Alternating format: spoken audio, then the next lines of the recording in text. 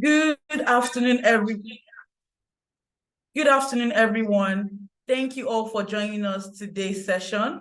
Let us comment to the chat box to see where you are joining us from. Welcome. Can you all hear me? Yes, please, we can hear you. Okay. Welcome to all our participants. Please let us comment in the chat box from where we are joining from. Some of us are joining from Lagos, some of us are joining from Ebonyi. I can see better. Thank you for joining us all the way from Ebonyi. Salome from Lagos. Olubumi Ajao joining us from Lagos as well. Wifo from Lagos as well. Lillian from Lagos. Fumilola from Lagos. Blessing from Lagos. You're welcome to today's session. We're so excited to have you. Our uncle, are you ready for us now? Yes, good afternoon. I've been here for a while, but it was asking me to ask the host for permission to be able to put on my video, and it's still saying the same thing, that I'm disabled, but nonetheless, I'm ready to move on. Okay. It has already been sorted out. Okay. You might want to try again. Okay, yes, awesome. I'm here. Awesome. Good afternoon, everyone. Thank you very much, Precious, for stepping in. Thank you for holding it down while I was trying to sort myself out with my device. My name is Adora Akodjoro, and I want to welcome you all to this program, the WIMBIZ WIMCAP BSN program. Thank you very much for joining. I know some of us are joining from afar. Precious was going through the messages and she was seeing people post about where they're joining from. Okay, so I'm seeing Isimeme from Edo State, Marian from Lagos, Njideka from Lagos, Dr. Nisi Ikenamadi from Port Harcourt, a lot of Lagos. And then, of course, there's Ebonyi as well. So we are all welcome to this session. It promises to be engaging. It promises to be inspirational. It promises to be a session that is going to impart you knowledge-wise, and especially if you run a business as well. So we're all welcome. My name is Adora and Akodjoro.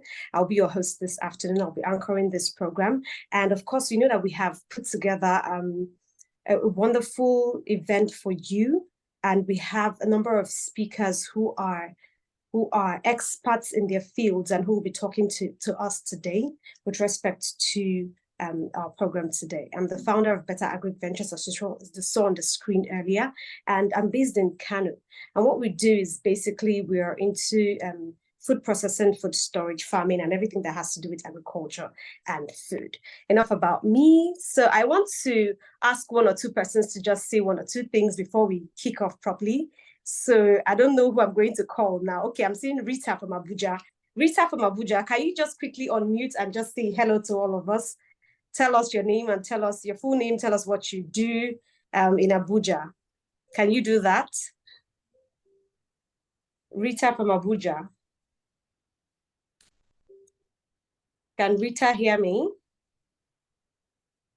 Okay, if Rita is not forthcoming, can we talk to Stella from Lagos? We can't unmute. Oh, okay, all right, we can just chat. Okay, all right, it's fine. All right, Stella from Lagos, thank you so much for joining us. Okay, so we're going to move on to the next thing for us to do on this program. I've already talked about myself. I've told you my name. I've told you where I am chatting from, or where I'm talking to you from Kano State. And we are here, what we're here to do, which is to talk about the role of women's entrepreneurship in creating generational wealth. That is what this program is all about, courtesy of WIMBIZ. So before we go any further, I'd want to recognize the presence of our honorable speakers. We want to talk about some of our speakers include Hajia Latifat Balogun, the founder and CEO of Hatlab Ice Cream, Mrs. Lola Olukwewu, the founder and CEO of High 10 Designs, among others, Dr. Esther Juliet Chukas Onaiko, and of course, our very own Professor Liri Bale. And we will not forget the Executive Director of WIMBIZ, Hamsatu Adekite, as well. She's also on this call. And in just a few seconds, I'll be paving way for her to come on board so that she can speak to us as the Executive Director of WIMBIZ and the main reason why we're gathered here this afternoon. So, Ma'am Hansatu Adigite, are you here? Good afternoon, everybody. Thank you so much for logging in on time. I just want to use this opportunity, first of all, to thank, obviously, BSN, Business School Netherlands in Nigeria, for partnering with WIMBIZ to host this webinar. I also want to use this opportunity to thank all our WIMBIZ associates, and obviously all our WIMBIZ associates that are on this call. You are the reason that we keep doing what we want to do. I will also commend all the speakers. These are women of timber, caliber, and grace. Coincidentally, I know all of them. Our paths have crossed in many ways so many years ago in most of their cases. So on behalf of the board of WIMBIZ, of course, our management team, all our committees, I just want to use this opportunity to welcome everybody to this webinar. I want to also thank the HQ staff that always make sure that things just keep happening. And thank you for all the work that you do. I want to use this opportunity to just sort of remind us, this program has been advertised far and wide. So some people are aware of the organization WIMBIZ, Women in Management, Business and Public Service. Some are aware of the organization BSN, Business School Netherlands, but some are not. So I never take it for granted that when we have any kind of webinar, we don't take it for granted that everybody knows who we are. WIMBIZ is a non-profit organization, but we're also a business membership organization that started about 22 years ago. And in 22 years, our focus has been one. We want to see an increased representation of women in leadership positions across the business space, the public sector space, as well as the corporate sector space. And in order to achieve that, over the past 22 years, we have all our programs that advocate for women to serve in leadership positions through programs like our Women on Boards and our Women in Politics program. We have also our advocacy initiatives for both the private and the public sector. We have programs that empower.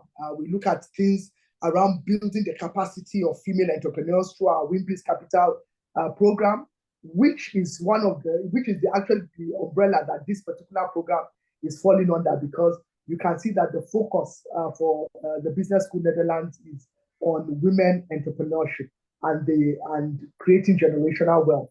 We also have our mentoring programs under that. We have our Big Sister program. For those of you that are following us on all our social media platforms, you will know that the Big Sister program in Abia is coming up on Friday. And so I'm still appealing to as many of you as are based in Abia to join us there. We also have our Winning Without Compromise program. We focus on girls in public universities, especially, just to build capacity. And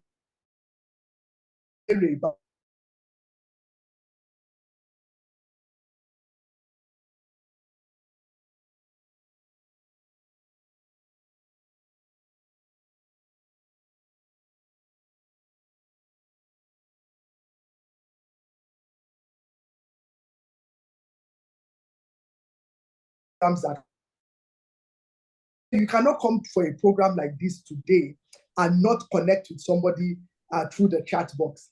Every program we do at WIMBIZ is an opportunity for you to meet somebody. Don't just come and listen, connect with somebody. Some of you can feel free, share your LinkedIn profile, whatever it is, your website,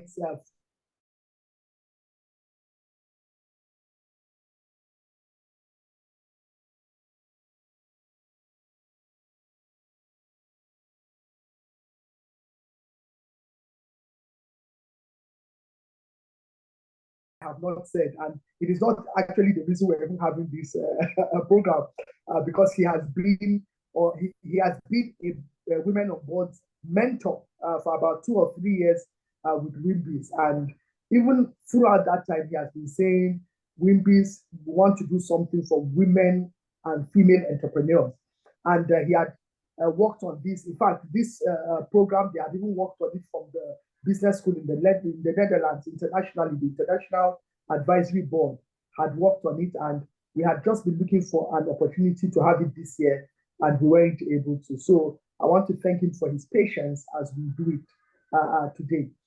So without wasting much time, I will hand over back the baton and the microphone, if I may say, my virtual microphone, back to our anchor. But I just want to say that I am delighted to have all the speakers here, and I look forward to hearing from them. And I know that Professor Balia will be saying, I've not introduced myself as the president. I will not do that, because on this particular platform, I'm here as the executive director of WIMBIZ. And so when he is now doing his own introduction, he can do any kind of introduction as he refers to me. So thank you, and enjoy the rest of your evening. Thank you very much. Thank you very much, the Honorable Executive Director of WIMBIZ, Hansatu Adebite. I hope we've all been able to learn about WIMBIZ and what WIMBIZ has been doing for the past 2 decades plus.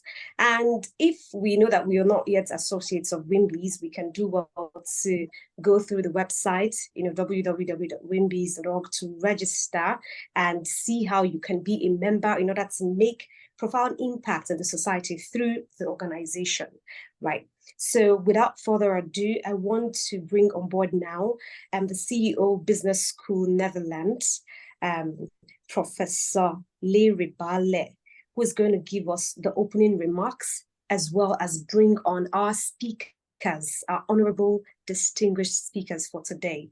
Prof. Larry Bale, good evening, sir. Good evening, my sister Adara. Thanks for the opportunity to be with you today and to be with the rest of the team. I want to thank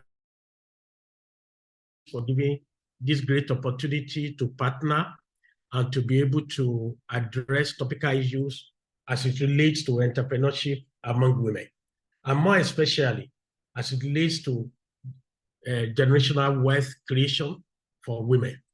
And we key into all the key pillars, the 4 key pillars of WIMBIZ, the pillar of advocacy, the pillar of empowerment, for which this is one of it, to get them empowered psychologically, physically, emotionally, mentally, socially, as well as financially. And we believe it will also inspire them and create an opportunity for connection. I would like to state that because I have very few minutes, I will make these slides available. So there are major skills that are required by women. And more especially, my mother played a very key role in raising me up. Having lost my dad at the young age of about 6. And so my mother was responsible for about 5 kids, building us up. And if not for a desire to embrace entrepreneurship, it would have been very difficult for us to survive. Paying fees, feeding was difficult. So as we move on, it's important for us to build entrepreneurship as part of the skills that are critical. The next 10 years, of course, is going to be very difficult unless we embrace certain things. And one of the most important things we want to embrace is what is included in the key pillar, which is empowerment. So we need to see the next 10 years as very revolutionary, where the 5Gs, the 6G, the 7G will be the order of this. Internet will play a very key role. And people's competencies, skills, and mastery will need to be increased. So it is important for us to know that the gap between the poor and the rich may even widen the more. And it's only those who understand how to really add value. Money will be made because of value exchange. And so it's those who understand how to create value, how to think in terms of volume of value, and how to do things very frequently, do these 2 things very frequently, that will be in a position to make things happen. So in order to get this done, it is important for every woman to understand that information is key, data need to be mined. Education is key, knowledge is key. Application of the knowledge that you have acquired is also very key. And it's important to actually have skills in entrepreneurship and to actually have mastery in them. Most of those who have had course to build those competencies and skills in entrepreneurship have been supported or helped through traditional teachers role models, counselors, mentors, coaches, and indeed sponsors who would naturally stand for you where you may not be there.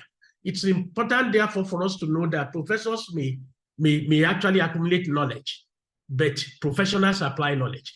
So we want you to talk like professionals today. And so we are bringing in professionals on board who have already practiced entrepreneurship and who have succeeded with entrepreneurship and who have built mastery out of entrepreneurship.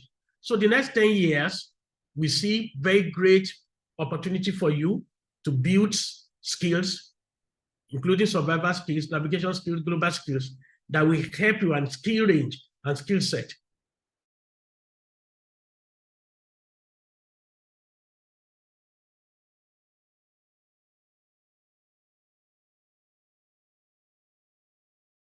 That we help you particularly with entrepreneurship, in financial intelligence, in goal setting, as well as personal mastery to increase your productivity so that you can transform your values, your mindset, your life, your empowering values, culture, teams, and indeed your organization and community. At the end of this program, we intend to achieve 6 major objectives. Number one, we believe you'll be inspired. 2, it will make meaning to you, and you'll be able to derive increased passion for entrepreneurship.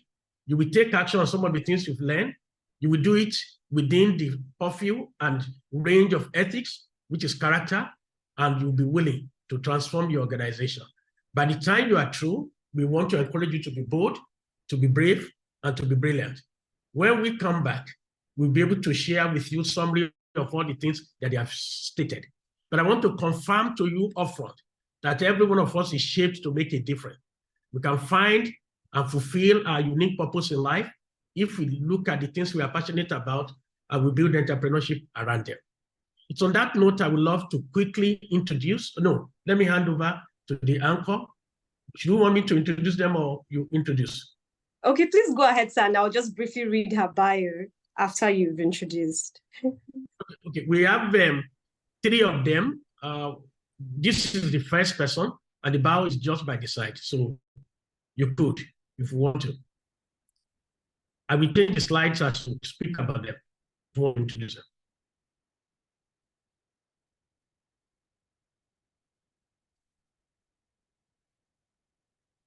Or do you want me to introduce them? Just tell me. I don't seem to be sure.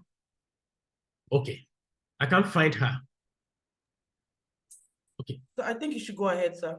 All right. Let me introduce Ajia Latifa Balogun, who's going to be the first speaker. She's a seasoned entrepreneur with over 3 decades of banking and entrepreneurship experience. She's the founder and CEO of Atlab Ice Cream Delight, a top gelato business in Nigeria with corporate headquarters in Abuja. She's a graduate of University of Lagos, Akoka, and an alumnus of the EDC Pan Atlantic University. And she has also attended the Business School Netherlands for a number of management courses. She has attended various business development programs, including the Mastery Impact Program, and was one of the 69 women selected to participate in the 2016-2017 Vital Voices Growth Fellowship Program. And indeed, as an entrepreneur, she constantly sees the potential in people and influences them to attain their career and business goals. She has leveraged extensively on her banking and business background in order to position herself and her business as a channel to help people grow. She has received numerous awards, including the BID International Star for Leadership in Quality Award 2014 in Paris, and sits on many boards. Ladies and gentlemen, may I call on Ajia Latifa Balogun to make her presentation, and I will make subsequent introduction as time comes. Good evening, everyone. I'm so delighted to be with you, and I want to sincerely thank the organizers of this webinar for counting me worthy of speaking to women entrepreneurship and the role we play in creating generational wealth. I started out, I had a very humble start. into entrepreneurship from a very young age. I've watched my grandparents venture into a couple of things, from selling dry fish to making akara, and then of course from my mom also doing some petty trade. So, and I recall that growing up, one of the things my grandma used to tell me is that 3 generations never become poor. And it permits me to speak in my dialect, says Irometa Okintoshi. So this formed a very serious value from the very onstart for me. So growing up, I mean, watching them do their petty trade, I felt someday I would also end up doing something like this. And I recall that when I was in the university, to augment my allowances, I also ventured into doing petty trade. So I made a job in the university and sell to my colleagues just to keep body and soul together. And then shortly after I finished from the university, I ended up with a banking career. And of course, also in the bank, I supported women doing businesses to help sell their wares to my colleagues in the office. But like most of us, or so many people, just wake up into entrepreneurship without really planning to become one. So working in the bank, I mean, I just woke up and got a surprise sack letter, and I was kind of not knowing what to do and not knowing where to start from. But because of the heritage I have grown up with, seeing my parents do some petty trades, I decided, okay, maybe I should venture into something. And that led me into selling shoes and bags to my colleagues. And then over time, I started putting funds aside to see what other forms of business I could do. So an opportunity came for us as a family, where some were in Italy, serving the country. And I decided, well, this selling of shoes and bags would not sustain or cannot sustain the family. I should venture into something a bit more tangible. So I decided to take a training on gelato making, and from taking the training, expanded knowledge on making it, and then came back to Nigeria and started at Lab in 2003. Starting the business wasn't a smooth journey, of course, because I mean, it wasn't really planned. So we started having a couple of challenges, a couple of issues, and then I realized it was time to start getting formal knowledge on how to run a business. So I came across the book written by Michael E. Gaba on running a business. It's called the Mastering Impact, E-Myth for short, why most small businesses don't work. So reading the book, it just looks like the book was talking to me. And a lot of things resonated in the book. So I decided, okay, I mean, if I had to run business, a few things had to be in place. I had to find somebody to support me to run the business so that I'm not alone. And then I also have to put certain knowledge in perspective, how to run a business, operations, finance, and a couple of other issues that helps the business to run well. In the course of running the email, because it was an online program, a lot of times we had challenges of network and the other. So I came across this program, it's called the BSN, Business School Netherlands, and the Action Learning MBA. And I signed up to it. And a couple of courses that we learned from the program on how to run operations, finance, and all of that. And that gave me a good start. So in the course of running the business, a few things started resonating: how to keep the business together, how to grow the business, and a couple of other issues. So in running the business, I employed a few family friends, a few family members to join me because I couldn't hire real professionals to join me to run the business. So we kept running and running and running. And then down the line, we started engaging other people. So we saw that it was important to keep books of records. It was important to open a bank account to track all our sales. It was important to get somebody to look at the books and a couple of other things. And I mean, the journey kept going and things began to take shape. But of course, for every stage of the business, other issues will come up. And part of the issues that came up were like funding. And what we did from the onset to keep it together was to try and plow back as much as possible funds from our operations. And then when we needed to expand our operation, we sought out some bank loans. And I recall that part of the things we enjoyed, when we were going to get the loan was, okay, can we see a history of your performance? What have you been able to do for yourself using your own funds? And luckily, we had records to back that up. We had things to show in the business, assets we have acquired on our own to run the business, to grow the business, and also. And I recall when we got the land for where we built our corporate headquarters, it was an opportunity that came from the then government, and we were going to build, and the question of how to raise funds became a big issue. So we sought out a couple of banks, and then we got a finance institution in South Africa specifically for, they had a fund set aside for women, and we were able to tap into that to build a corporate headquarters.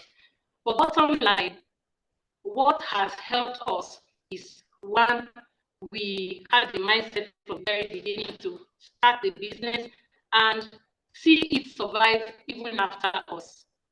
So from the beginning, I had the idea that I wanted to run a business that will live after me. So I began to put structures around that. And part of the structures we put in place was to, get a board in place to help guide our affairs and all of that. And of course, I kept developing myself, getting more programs to do, reaching out to other women networks, and a few other things that supported the dream. So from the one store we started out with Onademola Precinct in 2003. It blossomed into a couple of other outlets. Our first venture out of Abuja was in Ilorin, and then from Ilorin we opened a couple of other outlets. And from there, we had other network of women asking for support, mentoring programs, and a couple of other activities we do together as women, supporting each other. I think that for every woman, it's important that we encourage one another to start something if you have not started already. And if we have started business already, how do we keep it tight that it will survive our generation, and then we can pass it down to the younger generation? How do we support each other, learning the skills and the ropes of entrepreneurship? And how can we give back to the community some of the skills we have learned on entrepreneurship? For me, as a person, I will continue to tread the line of growing the business. And sorry, excuse me, there was a distraction. So I'll continue to tread on the path of growing the business and seeing how I can invest in the community around me. I can transform the business into a global one,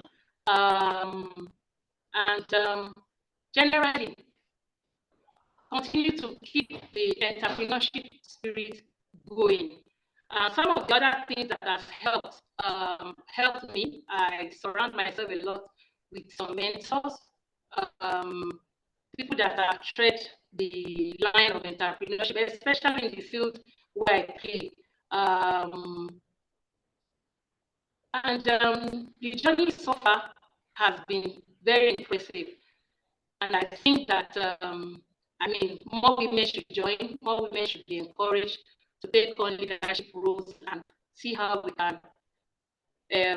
can grow businesses into generational ones and how we can support each other going forward.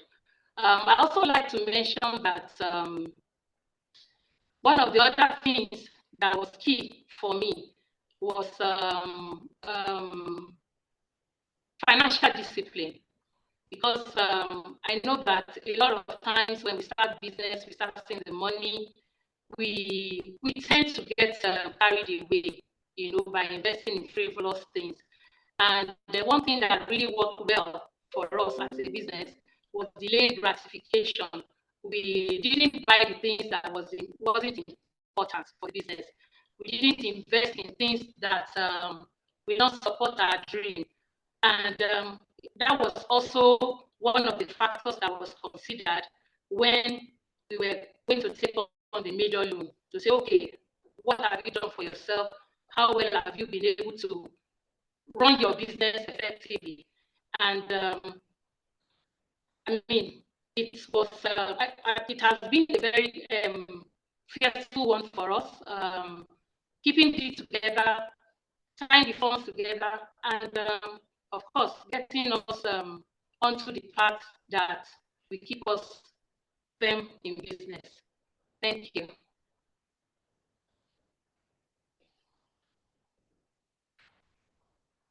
Okay.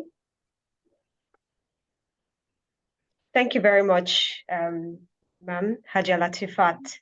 Thank you very much for that insightful session. I know that most of us would have questions, or some of us would have questions to ask.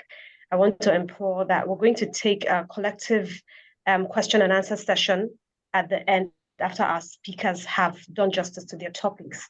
So once they are done, we would just keep dropping your questions in the question and answer section, as well as you can also use the chat box. We collated them, and once we're done, we'll be able to put them together and direct them right back to our speakers. So thank you so much, Hajia Latifat Balogun. Okay, so we're going to move on now to our next speaker. I don't know if Professor Lera is still here, if he would want to still do us the honors to introduce our next speaker, or I should go ahead and then go on with her bio as well. Okay, if he's not here, let me just go on and introduce our next speaker. Our next speaker is no other than... Okay, okay, sir. Please speak on, sorry. Okay, our next speaker is Mrs. Lola Olukwewu. She's the founder, CEO, High IQ Designs, Topaz Hub, Always on Point, and Green and Grub. Lola Olukwewu is a serial entrepreneur and real estate investor with over 20 years of experience in real estate design and construction, administration, corporate events, and business management. She's an official manager of the Forbes Business Council, a Harvard Business School online alumnus, and the CEO of 5 growing businesses in Africa, 3 of which started operations within the COVID-19 challenged years. She has personally been involved in planning over 200 corporate events of various sizes, has contributed to multiple published articles in Forbes Business Council, and continues to advocate locally for renewable energy and global sustainable development goals as stipulated by the United Nations. We can go on and on and on with Mrs. Lola Olukwewu's bio, as you can see on your screen, but I'm just going to keep it short so that we can't wait to hear what she has to give us today. So Mrs. Lola, you are very much welcome, and you have the floor, or the screen, should I say. Good afternoon, everyone. It's a great privilege to be here I used to be a debater in school, so I'll go that route to do my protocols. First and foremost, I want to thank Professor Lere Bale, my able lecturer, being an alumnus of the prestigious Business School Netherlands. I want to thank him for being here, the privilege. I want to thank our ED and our able president, Madam Hansatu, who also, we know each other from WIMBIZ and also from Business School Netherlands. The able moderator, the co-speakers, the powerful women here with me also on the panel, and everyone here. I want to thank everyone for the privilege of being here and also that you're here. A little about me. Like I said before, I'm a proud alumnus of Business School Netherlands, and I'm a privileged member of WIMBIZ. I'm an alumnus also of Harvard Business School Online and a Forbes Business Council member. So all these accolades, or I don't know what we call it, or awards that I'm speaking about, to be honest, are just things that I picked up along the way. It's not something that is hard to reach, to be honest, because I started as, I just had an HND coming out of school. So if I can do it, anybody can do it, to be honest. So there's really nothing here that is intimidating. I like the topic we are dealing with, and it has to do with women, generational wealth, empowerment, and entrepreneurship. All these things I can say have defined my journey so far.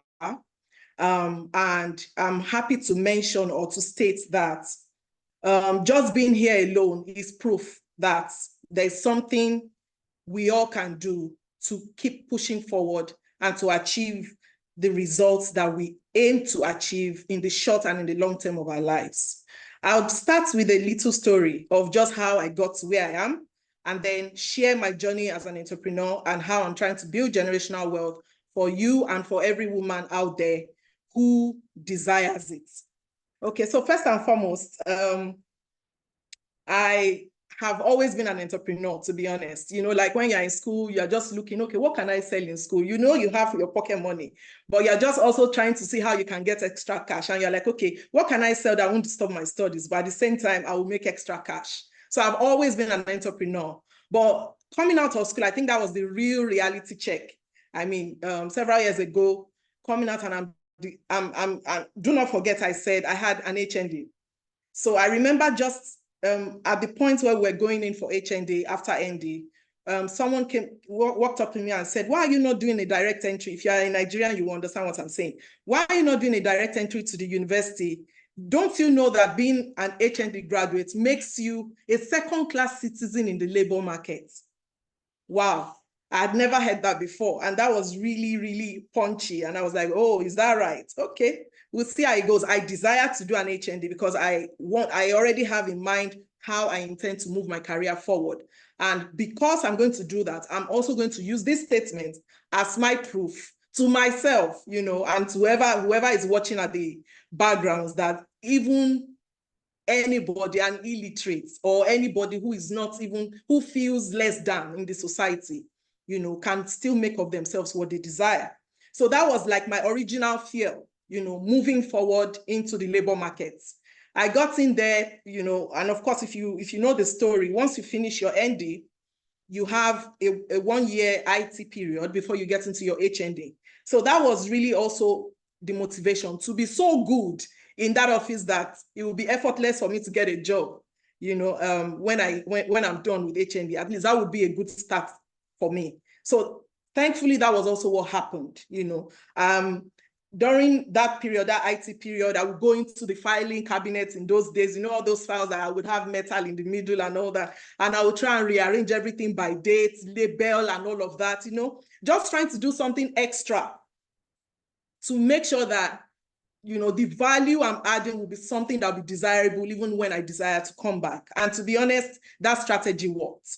And that moves me to the very first point of building generational wealth here. The truth is, no matter how much we desire it, no matter how much we talk about it, no matter how much we make attempts, if we do not add value, if that value addition is missing in, the big picture, that we're trying to paint of ourselves. It will just be a matter of time for redundancy to set in, right? So that value must be added at whatever level that you are in. You must be adding value.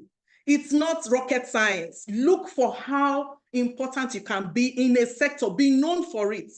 And that was really what pushed. From there, you know, the people, of course, some of my peers went on, and of course, that was very desirable for me, but I just had a very strong conviction to go ahead. So those who went on to the university did very well as well. You know, we all met in the labor market, but guess what? I had gone ahead. I started building value. I started building, you know, should I say a name for myself or something, you know, in the areas where I was building. And that continued. And so while doing all my 9 to 5, I was also like a, you know, what they call the side hustle. So I would always look for something to do, you know, maybe on weekends and you know, the days I'm free, just to, you know, keep extra cash coming, because of course I'd been doing that from school days. So the first thing, the second thing that I also need to mention very importantly is that women generally are known to be value addition members of the society. If there's any title like that. 3 things I want to quickly point out before I move forward. Number one is that a girl or a woman, I think this thing came from the moment the moment Eve ate that fruit of good and evil. I think at the moment when she put it in her mouth and tasted it and said it was good, I think something entered her DNA. Because from that moment, every woman has a natural ability to just add value everywhere she finds herself. I'm sure many of us have seen this post. Give a woman a house, she'll turn it to a home. Give her fabric, she'll turn it to a dress. You know, all of that. It comes from within. It's innate for all of us to build value, to replicate value, and to always propagate value everywhere we go. So generational wealth through entrepreneurship is actually really something that should come naturally to an average woman. And I know that there are some men in our midst, you know, and so we'll say the women and the men who love them, or the men who support them. It could be their brothers, their co-workers, and, you know, or family members. But in actual fact, the first thing a woman should know, and from my own personal story, is that you add value and you have the ability to turn a situation that looks so bad into a good thing. Second thing quickly is that women are resilient. The unique ability to keep pushing against the odds. I mean, if we didn't see anything at all, we saw it during COVID, right? We saw how, you know, during COVID, people just became creative. And I'm going to share, for instance, there's one of the businesses I run, Green and Grub. Green and Grub is a food business. As a matter of fact, as I speak to you right now, it's a micro business.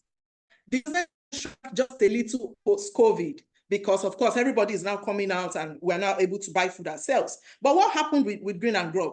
We were already, now let me quickly track back to how I started. So after I left school, you know, I did 9 to 5 for some years. I was doing side hustles by the side and all of that. And then I started Always On Point, which was an event management company. Always On Point was, what was our work? Corporate executives who want to plan events. They are focused on trying to get the events into play. You know, like they have content. They are really focused on the content of the event, but they don't want to be bothered with running after caterer, running after this. We came in and started delivering that value. And we're like, you know what, don't worry, we'll help you run after them. Just make sure that you deliver on the event. And that's how that business started, Always On Point. We said, you know, coincidentally started doing great things with companies like Google. We did something with Facebook at some point, Amazon. These are some of the companies we worked with. We worked with local businesses as well, small businesses, you know. And while we were doing that, we're also thinking, okay, how can we also add value? You know, like how can we do something also for the society, for the community, for the team I was building? We started training in soft skills. We started doing soft skills because I knew that I just had that natural knack for teaching people, see, there's a way you communicate in the office, conflict management, professionalism versus politics. These are the 2 qualities you need in an office. You can't just be professional. You must learn to be political as well, you know? So I saw that the counsels I was giving was making sense to people. We started creating training packages for that. So that was always on point. As we continue to do that, always on point, started making some, gaining some traction. And then we looked, one day I was driving past, and I looked up and I saw that a building was, had a banner on it. And immediately there was just that aha moment. I just had that inspirational moment. Literally, I was just like, a hub needs to be built here. And that's how Topaz Hub came to be. Topaz Hub is an event, it's a tech and training business, tech and training hub in the center of Surulere. And so what we did was, okay, there are so many tires lying around the estate. There are so many tires. Every other quarter, you have to change the tires on your car. So we started putting tires together, and we said, instead of just wasting all these resources that could easily end up in the ocean, we can really make these tires colorful. Let's make them into furniture. Let's make them into art. Oh, let's do plastic as well. And before you know it, we turned Topaz Hub into like a creative place where you could come in and train. You could come in for your events. And at that time, even pre-COVID, we're focusing only on corporate events. But eventually, we had to open it up even to social post-COVID. So that's how Topaz Hub came to be. It became, and of course, these were things we were doing at our own pace. And do not forget, at the points where we saw the place, it wasn't like we had all that we needed. But we're like, okay, let's go in and negotiate. It's a table. We'll sit down and negotiate together. And that's how gradually we got our foot into that. And we paced ourselves, did it up.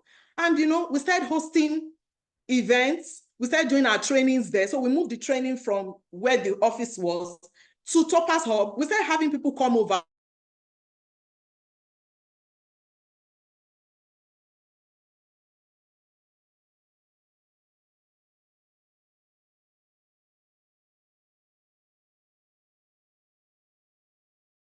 Community still holds their meeting, our meeting in the hub till tomorrow. Our own way of just constantly giving back. And that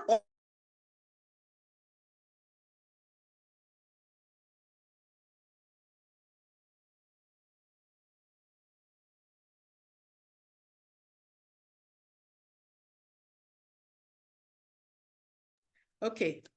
Can everyone hear me? Yes, we can. Yes, we can hear you now. Okay. Yeah, so and that opportunity is still open to anyone here. You're a startup, you really know what you want to do, you need space. We give rebates, we give discounts because we know how we started as well. So if you know that you want to do something in Central Mainland, you're trying to grow business, let us know. And this is one of the reasons we're excited also, to come here and, just talk about the opportunities open to women in being able to build whatever it is that you have as an idea. Just take that step. Really, it's as simple as that. Make that phone call, send that email. It doesn't take anything from you. What's the worst you hear? No. No. And then you say, thank you, and move on to the next person. So for me, I would just say that in my story, I was going to talk about Green and Grub. Green and Grub started during COVID. What happened? COVID showed up. Remember, we talked about Always On Point as the event company.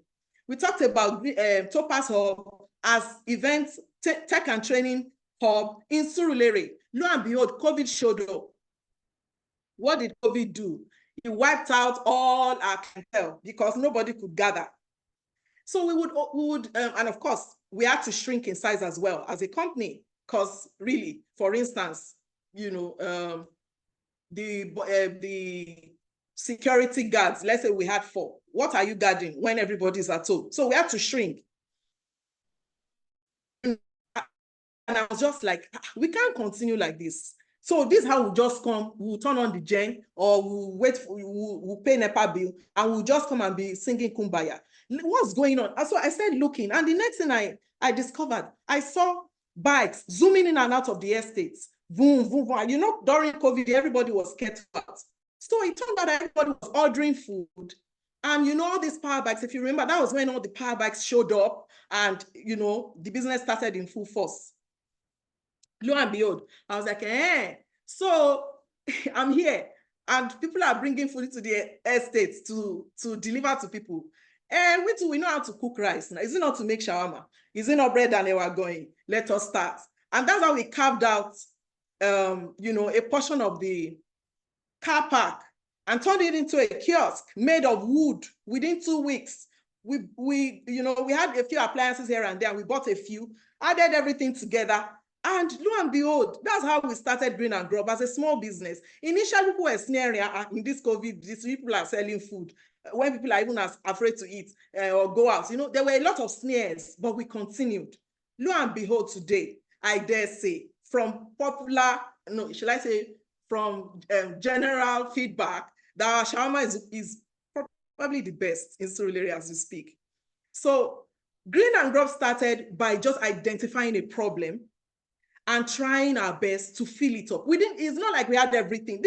This story is a very real story. Like, you don't have to have everything you need. And the number one thing I would tell us women is be shameless. When you're trying to grow your career, when you're trying to grow business, when you're trying to build generational wealth, you have to be shameless. There's no business that you cannot do. Lo and behold, you can imagine someone who packages events, you know, for multinationals, now getting into a kiosk. Do you get what I mean? And then we are doing, okay, so what's the recipe for shawarma today? Or what are we folded our sleeves and did what we needed to do. So at the end of the day, if we want to build generational wealth that will outlast or outlive us, we need to know that there is no business that you cannot do. As long as it's legitimate and it's honest work, you can do it. Green and Grub started just like that. And the other business now, High IQ, in the office in which I sit, I'm sure if you see my background, you can see some images there and all of that. It's an interior design business that also started post-COVID.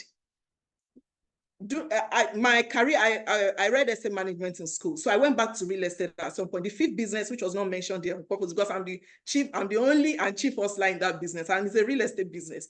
We started just like that as well. Gradually, just one foot in front of the other. So in essence, what I'm saying is there are three qualities I want to point out. Number one, I've said it before, women know how to make something good out of nothing. So no matter how the economy looks right now, no matter how it looks challenging and it looks like nothing is working, just look around. There will definitely be something that you can do. Number two, quickly, is that women know how to be resilient. We know how to think long term. And number three, we also are very, very good in building generational wealth because we have an idea of what it takes to continue to put one foot in front of the other. Now, what are the strategies I've identified in building this? Number one, train. Continue to train. When we're talking generational wealth, check all the big companies we know today. How many of them have real hardcore? It's not that maybe a father and mother gives birth to 6 children and all the 6 children are thrown into the business because they're trying to build generational wealth. Just train the devoted ones, the loyal ones, invest in them. Fine, there will always be a people resource problem. After you invest, they go.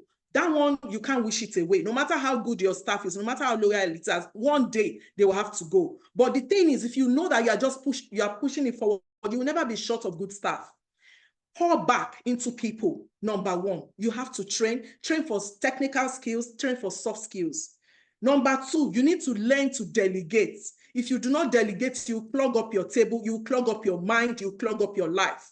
Learn to delegate. If you've trained people, learn to trust them with little things, and then it gradually goes into big things. Of course, you put structures in place to manage and control them, but you must learn to delegate, right? Then it's important to also build a structure around yourself under delegation. Because now, if you build a structure around yourself, okay, you normally cook, for instance, maybe for yourself or for your family or for people 6 times a week, or you are the type that cannot delegate. Is there something you can outsource? These are things that will declutter your life, and then you can have a clear mind to think long term.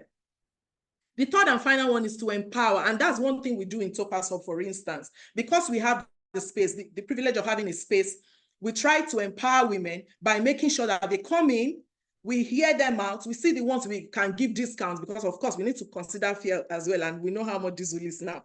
So the ones we can do, we have co-working spaces. So you have a noisy neighborhood, you can't stay. And please do not get me wrong. I'm not here to market the thing, you know, the businesses we run. I'm here to just let you know that there is help out there for you. If you are seeking for it, you know, there will always be opportunities you can plug yourself into. As long as you don't feel that there's something you cannot do, then there is nothing you cannot achieve. There will always be something that you can achieve in actual fact. So those are the three things: you build, you delegate, and then you empower.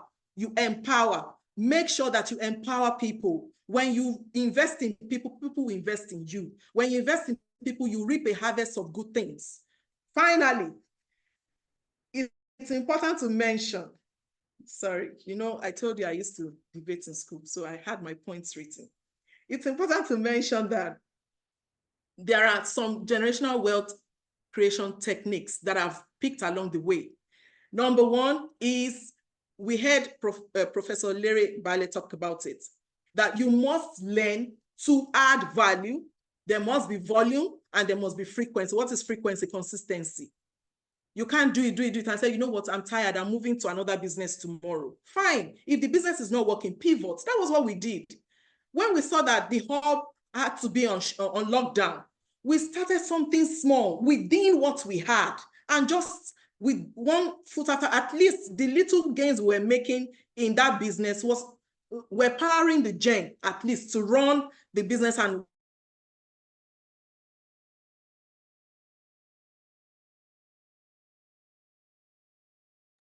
training, always make sure that you improve yourself, continue to do. How did I become an MBA holder from just an HND? The job I had at the time, you know, that job, I kept doing it, and from there, the savings, I started making inquiries. Okay, if we don't take HND for MBA, no problem. And that's how I kept making inquiries until I got to Business School Netherlands. They gave me the opportunity because I asked. I did my MBA, and it was just easy to build from there. Before I knew it, I was talking about, okay, is it not human beings that are doing Harvard courses? Let's see, what does it entail? What can I do? You know, and that's how, like joke, like they say, you know, and I did a course in there. Until tomorrow, it's there as Harvard Business School online. Whether you put it as online or offline, you have your reward with you in your hand.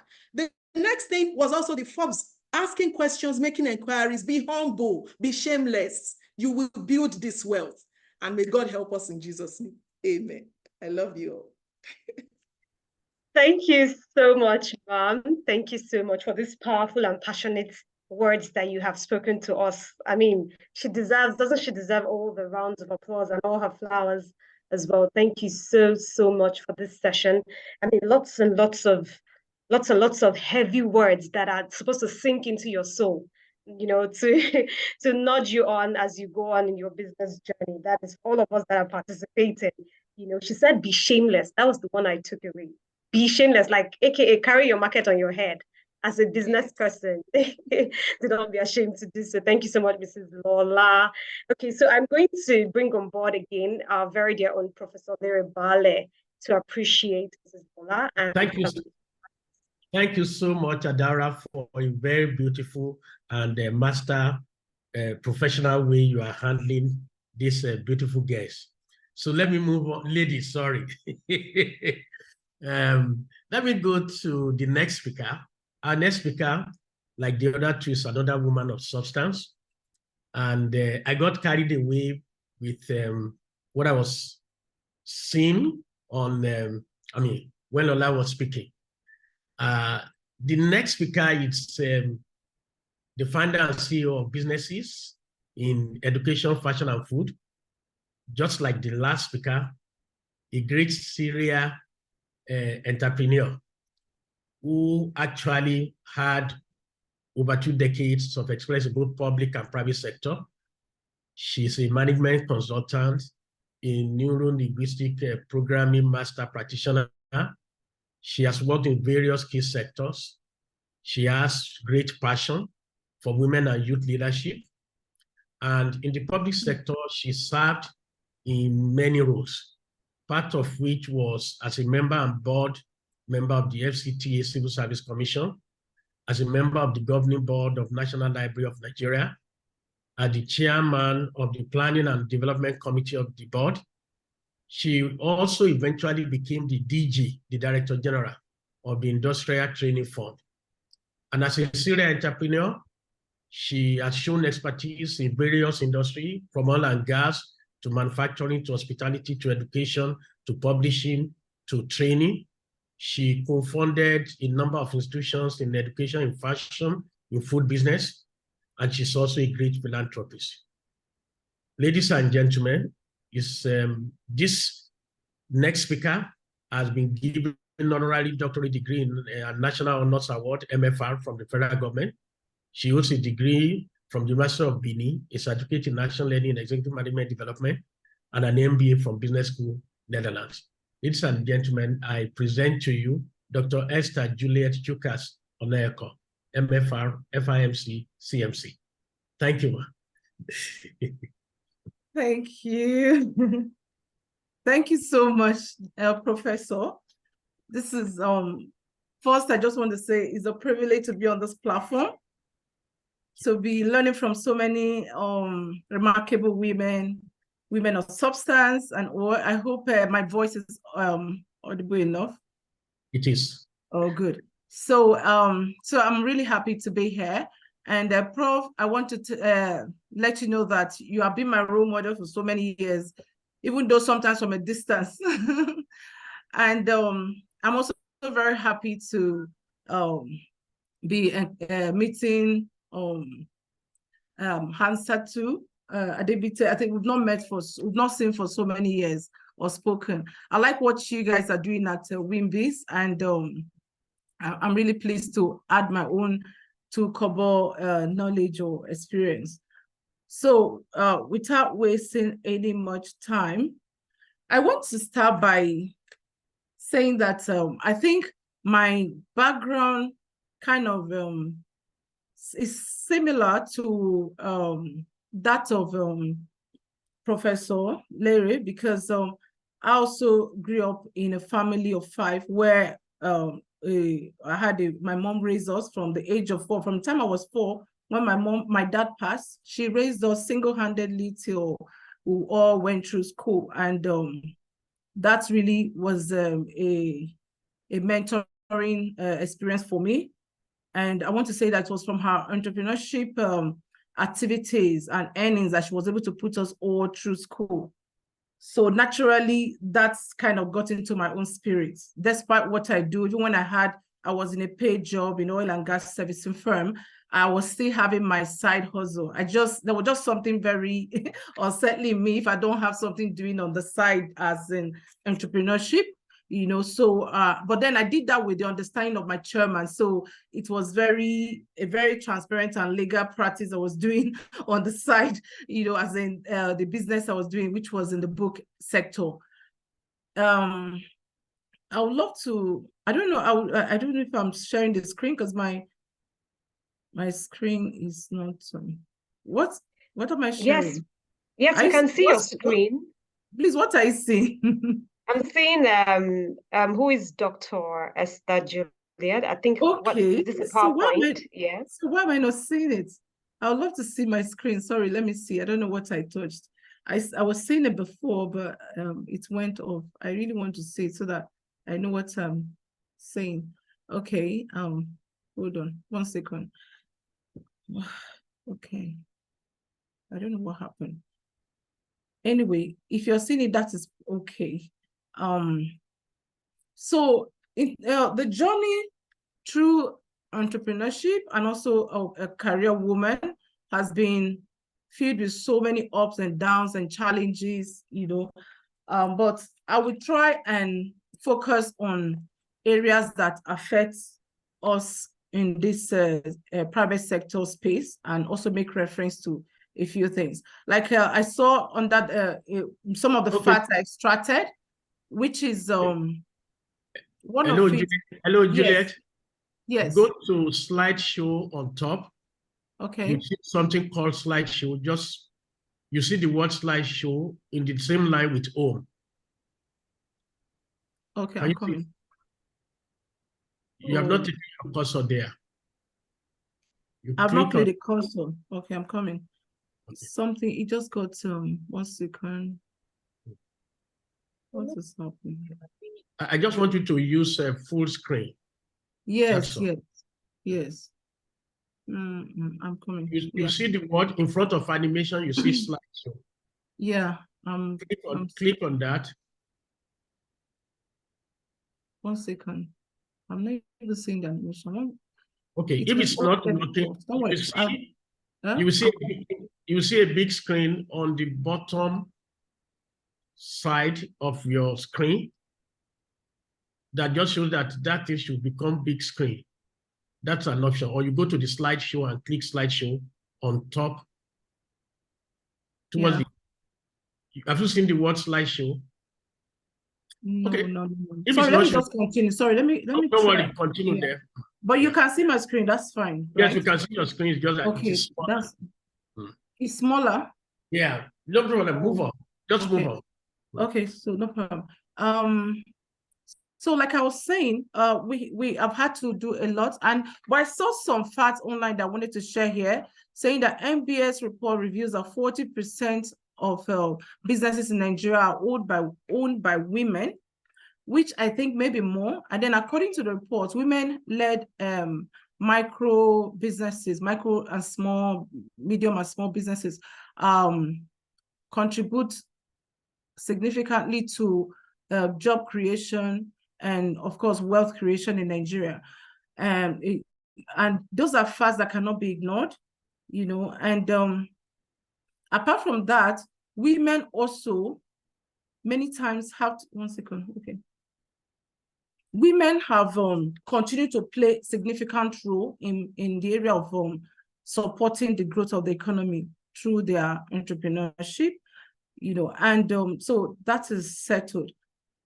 Then let me go on. As a woman, like I said, I'm usually very restless. So I'll call myself not serial entrepreneur, but passionate entrepreneur, in the sense that I like to do, I love one business, but I like to solve problems, just like the last speaker said. Sometimes you see a gap and you just can't sleep until you do something about it. You're asking yourself, I can do more. I can help with this, address this gap and all of that. So that is always the case. And that leads you into venturing into different areas. Like COVID threw up a lot of opportunities in different space, you know. So looking at this, I've had to venture into, of course, the fashion, the consulting, the school. But the school and education has been my main play arena. So most of the things I do are actually education oriented, and other ones are mainly maybe because I could make money here and I want to do more. Now the area over the years, I've had to, from oil and gas servicing, and I went into publishing. I want to first point out the fact that BSN was a great help to me through the journey of transitioning from paid job to entrepreneurship and owning my businesses, because BSN kind of gave me opportunity to run my business as a case study in some of the modules I did in the MBA class. And then at the end of the day, I will see what will work and what will not work. And it helps me to create structures and processes around some of those startups and ideas that were popping up in my head. And I'm really grateful for that. And when I ventured into my own business, which was a publishing, I was able to set up the midterm, the short-term, midterm, and long-term goals. And over time, there were goals that we couldn't achieve, and some we were able to achieve. One of our mid to long-term goal was actually to be able to evolve into a school. But then our desire was to evolve into a secondary school. So, and then I wasn't married. Shortly, I got married, and then when I went out shopping for school for my toddler, I realized that I I had expectations that I wasn't finding in some of the schools I was visiting, even though we had consulted for schools before then based on our publishing area and book resourcing. And I was seeing gaps, you know, in several of the places I visited. And that got me thinking and got me challenged that, okay, rather than waiting to start a secondary, why don't you start from the early years? Why don't you grow with these children into primary and then into secondary? And that was what gave birth to Braintree International School, from pen and pages, which gave birth to Braintree International School. And so I then, still applying the BSN knowledge I had learned, I had to look at the structure, the processes, and the systems that had to be in place. Okay, mind you, I didn't have much experience running a school, but the passion and the fact that I have my children and I knew what I wanted for them was enough encouragement for me. I leveraged my expectation as a mom to try to recreate those kind of things, make provisions. So usually I always tell parents that Braintree is not just a school, it is a platform. It is a nurture. I'm looking at, yeah, I just want to bring, I don't know if I can make this bigger. I hope you can see it. Now, Braintree is a platform driven by passion and vision to nurture children and raise them as people that we can be proud of. So it's not just about teaching pupils.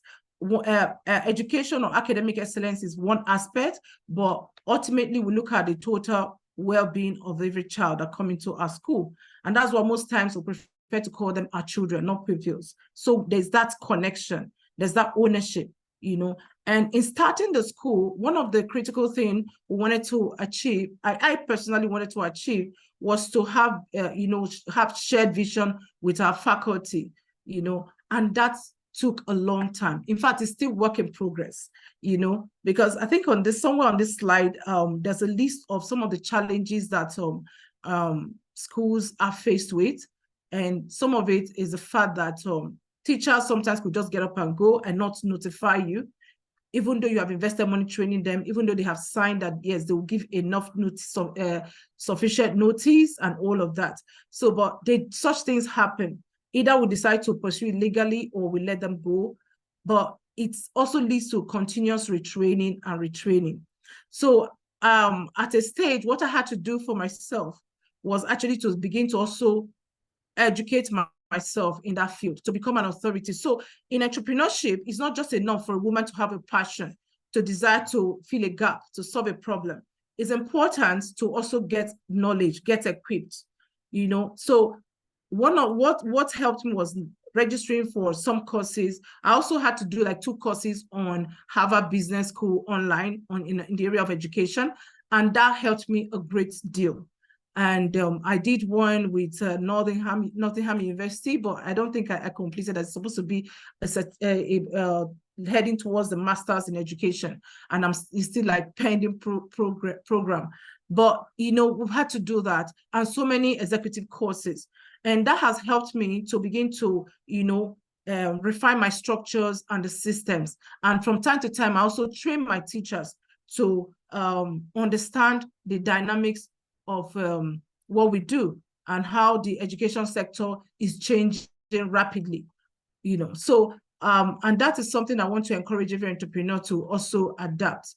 Now, I had a hitch in my entrepreneurship journey, where besides having been appointed board member to certain agencies, which was good because it used to allow me to also run my enterprise, it got a time where I was given the executive appointment, you know, and at this point I had to leave my businesses. I had to basically just focus on the agency and then working fully for government. And that was about a period of 2 years. And I must tell you, it was almost like a setback, because, you know, this was a structure. The school started not up to 2 years and was still at the formative stage and having to be pulled out of it. Going back to the school, I kind of met a school with almost a change philosophy. So we had to start rebuilding all over again. And I want to say to entrepreneurs who are on this platform, that it's important to, you know, So important to know why you started the business, what's the reason, and then build pillars and structures that will sustain it even when you are not there. You know, it's important to have your philosophy and ensure that it is not changed. You know, and I'm happy that from beginning we had a well-defined philosophy, which is captured in the vision: a center for holistic and balanced childcare, leadership skills development, outstanding academic excellence, and all of that. Now, the balanced childcare, there was also the holistic and godly virtues, which is part of it, embedded in it. And we weren't going to change that for any reason. Whatever we do must be driven by that and by our core values. And that's really helped me in knowing what to say no to and what to say yes to. So coming back, rebuilding, I had to be making reference to why did you start the school? What was the vision? What is our philosophy? What are our core values? This person we're hiring, does this person fit into our core values? Does this person share our vision? Is this person headed in our direction? Because sometimes you have a staff headed north and you are headed south. Of course, the vehicle can't take you to both places. And we always want to know where they are headed. We want to see how we can support them as we go on this journey. And so it has been a journey, has been a continuous building and refining and all of that. And of course, when COVID happened, it also called for a reflective time and reevaluation. And one of the things I learned from Harvard Business School online under the education department was the importance of being agile, being adaptive, being ready to change. So we had to basically play down on our long-term goals to look at the short and the midterm to see how adaptable that was, how we could make it very flexible so that as things are changing, we could be changing as well. And one thing I know is that Brainville is not just raising children for tomorrow's job. Brainville is focusing on instilling innovative mindset to create in children who create jobs for tomorrow. We don't know what these jobs will be. From study, it's been shown that in the next couple of years or in the future, in the future that these children will be entering, over about 50% or at least 50% of the jobs as we know it now will not be in existence, maybe driven by AI. So a lot of these children have to begin to adapt and innovate. So the way we teach them is usually experiential, is usually hands-on, is something that they own the learning. We moderate, we direct them, we guide them. But we focus a lot on character, on these critical thinking, strategic thinking skills, life skills, and all of that. And this became very important to me after my experience in the public sector, working with government. I realized that, of course, there was a time I was also on the job creation board of the presidential job creation board, and we had to carry out the skills gap study, and then look at the things. And I saw that there was a lot of gap. There's a disconnect between the academia and the real sector. There's no handshake. And also the same thing, there's a disconnect between the government agencies and the private sector. So those who are regulating the private sector don't even have a clue of where it pinches us, or what pains we carry, of what we are going through. And sometimes they pass policies that are anti-progressive. I remember one time I was, while I was state DG of the agency, and a document was brought for me to approve for them to sanction so many organizations somewhere in Lekki or in Lagos, and they want to send out letters and all of that. They've defaulted here and there, you know. Sorry, Dr. Juliet. Yes. I'm so sorry to interrupt you, right? Your slides have not been moving. I was expecting the moderator would have helped me. Your slides have not been moving. We've still been on slide 2. It's just not moving at all. So I think since we let me stop. Exactly, that's what I wanted to appeal to you, that it's best we stop sharing. Okay, let me stop sharing. Okay. Perfect. Yeah. Thank you. Then let me also go back to share screen. Maybe if I re-enter, probably it will be better. 1 second. Share screen. Would that be better? Is it better now?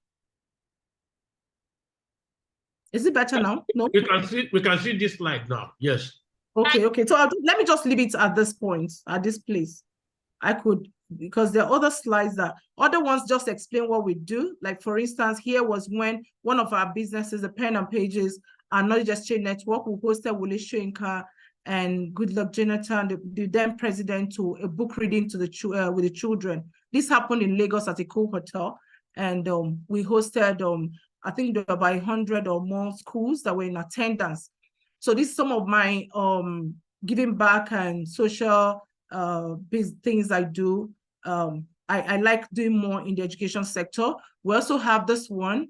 Let me see. This is also another slide. In our clothing brand, our clothing brand is more or less social enterprise, where we had to adopt some children at the IDP camp to pay their fees for 1 year. So we adopted about 11 of them. What we do is that a good percentage, at least 50% of what we generate from the clothing as profit goes to support charity or carry out a charity work. The other time, we also had to reach out to the orphanage and pay the rent for them. So we do different things. Since the school can't do that, we have other organizations. I founded an NGO in memory of my mom, and so we also empower widows. I don't think I have the picture here. We empower widows in the rural areas. We have about 35 widows on our platform. So those are my NGO activities. There's no time to go into that. I wanted to just narrow down and focus on Brainville. Now, over the years, Brainville has also made remarkable achievements. We have we came overall best in STEM competition, that's science, technology, engineering, math, arts and math competition, 2017, 2018. 2 years on a row, and then we also came overall best in natural sciences subsequent year. Brainville International School is privileged to have produced the first space ambassador, who was named by the Space Research and Development Agency in Nigeria. National Space Research and Development Agency named him a space ambassador because he's come up with so many inventions. He did that from year 3, and now he has moved on to secondary school. So this is a demonstration of the kind of education we offer to the children.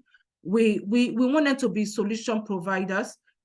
So they're not just reading because they want to get a job. They want to read to provide solutions. Okay. So for Brainville International School, it's been a journey. Like I pointed out here, I think there's a slide here. I don't know if you can see it. It's still very small, right? Yes, we can see your slides. It's tiny, but we can see it. We can see it. Sorry. Yeah, it's just something went wrong because initially before this event, I checked it out. It was okay, but I don't know what happened.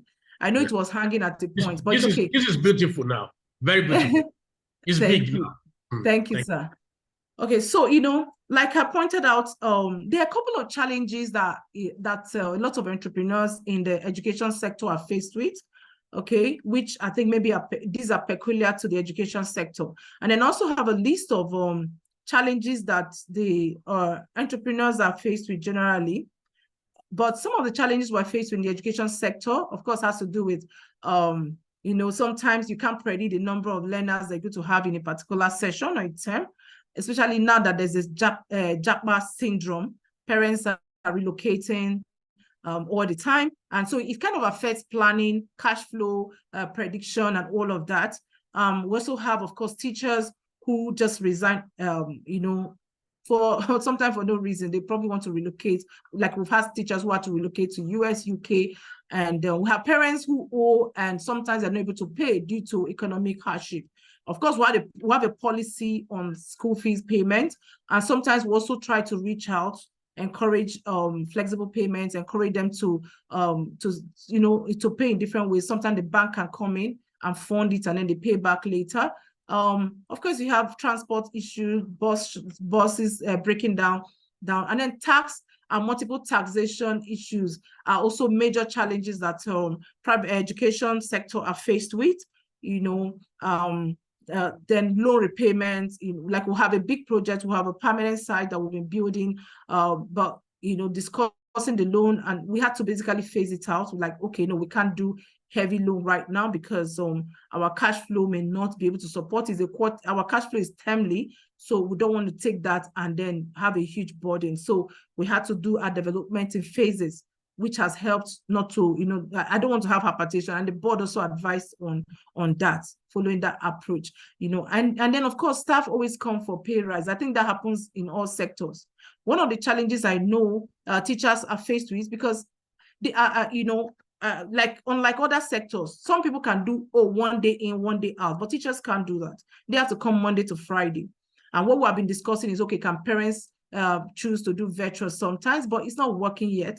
So teachers come every day, and sometimes their transport fare gets very high, especially when there is no accommodation provided for them. So pay rise is something that happens a lot of times in our sector. Of course, we're encouraging them to form cooperatives so that sometimes they can leverage each other's wealth and buy things together and share and all of that. The other challenges that I think affects the general entrepreneurs, like cultural, access to finance. I think I've talked about that. Then we have cultural and social barriers. I have this barrier I think affects me directly, because I remember one of the companies I didn't list here, which is a construction company that I also founded. We've done construction for different organizations from way back. And we have that company because sometimes you can't get quick funding from government, from bank, or from any of the government agencies that give grants. Sometimes we can't access it. So when we try to get contracts, we do construction, and we don't want major construction under UBEC, and we were paid. And part of the money was also given as loan to support the building of the school, and 1 second. Hello. Okay, so that's finance issue is a challenge. Now the cultural barrier, I remember I had my first child. We had a project we had done for government. That was 2009.